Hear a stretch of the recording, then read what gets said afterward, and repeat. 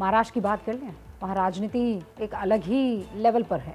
भावनाओं का बड़ा खेल होता है राजनीति, आप भी जानते हैं। शय और बात के खेल में आंसू अंगारे बन जाते हैं। इस बार आंसू फूट पड़े हैं अमरावती से निर्दलीय सांसद नवनीत राणा के। देख लीजिए आप एक तस्वीर। 12 दिन जेल में बिताने के बाद नवनीत राणा लीलावती अस्पताल में भर्ती हुई। उनके पति रवि राणा को जमानत मिली तो नवनीत राणा के आंसू फूट पड़े। वो फूट फूट कर रो।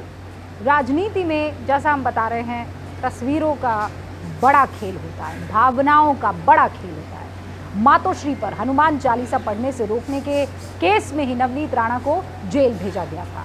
ऐसे में बीजेपी जरूर कहेगी कि उद्धव सरकार ने हनुमान भक्त को रुलाया है।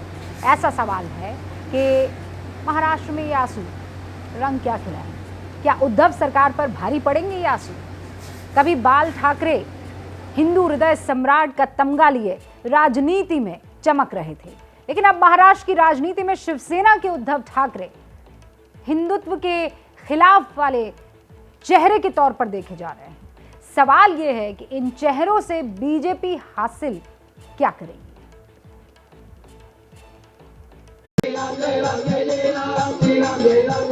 पहले हनुमान चालीसा से सुर्खियों में आई अमरावती की निर्दलीय सांसद नवनीत राणा। फिर जेल भेजे जाने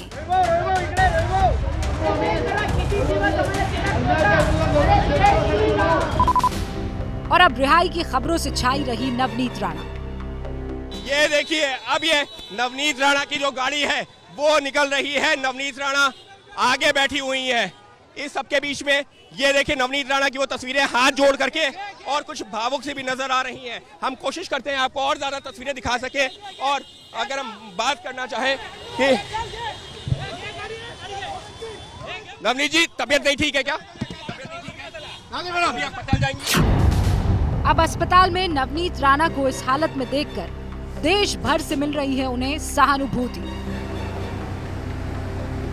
जब इनको गिरफ्तार किया गया तब 2 दिनों तक ये लोग लॉकअप में साथ में थे, लेकिन उसके बाद में इनको अलग अलग जेल में रखा गया था। और आज अब से कुछ पलों पहले ही फिर एक साथ 10 दिनों के गैप के बाद में इनकी मुलाकात हुई। और जब रवि राणा को, अपने पति को नवनीत राणा ने अस्पताल के पलंग पर देखा उन्हें आते हुए, तो उसके बाद वो बिलख बिलख कर रो पड़ी। उनके पति निर्दलीय विधायक रवि राणा की रिहाई की खबरें भी छाई रही। जेल से बाहर आते वक्त भी रवि राणा के हाथ में हनुमान चालीसा थी।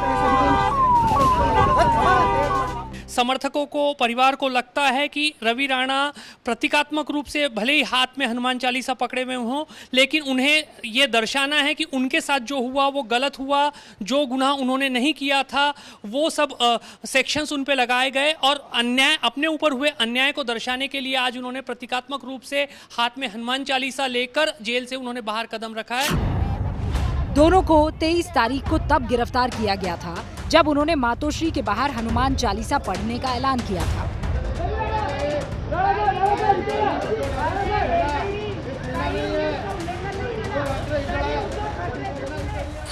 ठाकरे सरकार ने राजद्रोह का आरोप लगाते हुए उन्हें जेल में डाल दिया और ऐसे में ये मौका बन गया शिवसेना के खिलाफ मोर्चा खोले जाने का। नवनीत राणा स्पॉन्डिलोसिस की बीमारी, डॉक्टर के कहने के बावजूद 2 दिन अस्पताल नहीं भेजा गया। यह अत्याचार सिर्फ उद्धव ठाकरे की माफिया सरकार कर सकती है। क्या ये इत्तेफाक है कि उद्धव सरकार के खिलाफ नवनीत राणा हिंदुत्व का चेहरा बन गई है? इसके लिए आपको महाराष्ट्र के अमरावती की राजनीति समझनी होगी। अमरावती शिवसेना का गढ़ माना जाता है। यहाँ 7 में से 5 बार शिवसेना सांसद ही जीता। नवनीत राणा ने शिवसेना उम्मीदवार को हराकर उस जीत के किले में सेंध लगाई। वहीं अमरावती की 6 विधानसभा सीटों में से 1 पर भी बीजेपी जीत नहीं पाई। कुल 6 सीटों में से 3 कांग्रेस के पास है, 2 सीटें प्रहार जनशक्ति पार्टी यानी बीजेपी के पास है, जबकि 1 सीट निर्दलीय विधायक रवि राणा के पास है। ऐसे में माना जा रहा है कि अमरावती में बीजेपी और राणा परिवार एक दूसरे के काम आ सकते हैं। अमरावती वो जिला है जहां त्रिपुरा में हुई हिंसा के बाद हुए बंद के दौरान हिंसा हुई थी और इसी के बाद ध्रुवीकरण तेज हुआ। अमरावती में हिंदू करीब 71% है और मुसलमानों की आबादी करीब 15% है। पिछला चुनाव नवनीत एनसीपी और कांग्रेस के समर्थन से जीती थी, लेकिन एनसीपी के शिवसेना के साथ जाने के बाद हालात बदल गए हैं और इसीलिए नवनीत का फायदा पाला बदलने में है। वहीं नवनीत राणा के जरिए बीजेपी इस जिले और इसके जरिए विदर्भ में मौका देख रही है। विदर्भ महाराष्ट्र का पूर्वी इलाका है, जहां पर विधानसभा की 62 सीटें हैं। 2019 चुनावों में बीजेपी ने 29 सीटें जीती थी, जो पिछली बार से 15 कम थी। यही वजह है कि अमरावती के जरिए विदर्भ पर बीजेपी की नजर है।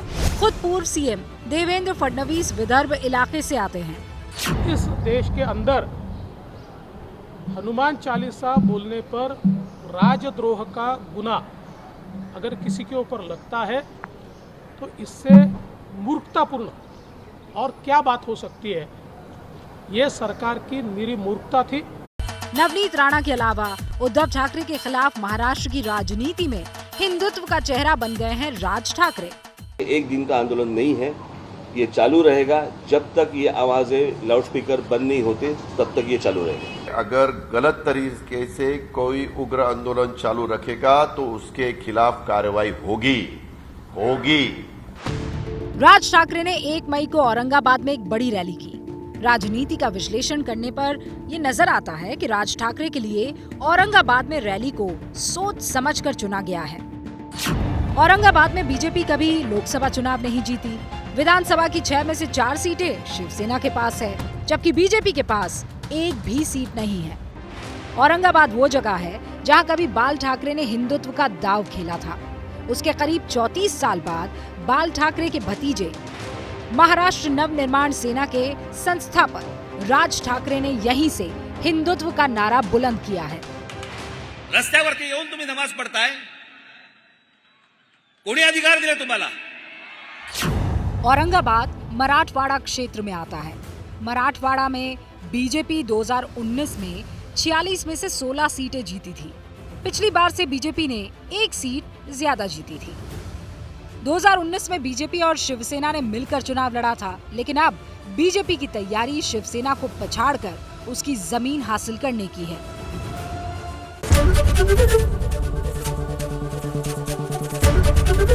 एबीपी न्यूज आपको रखे आगे।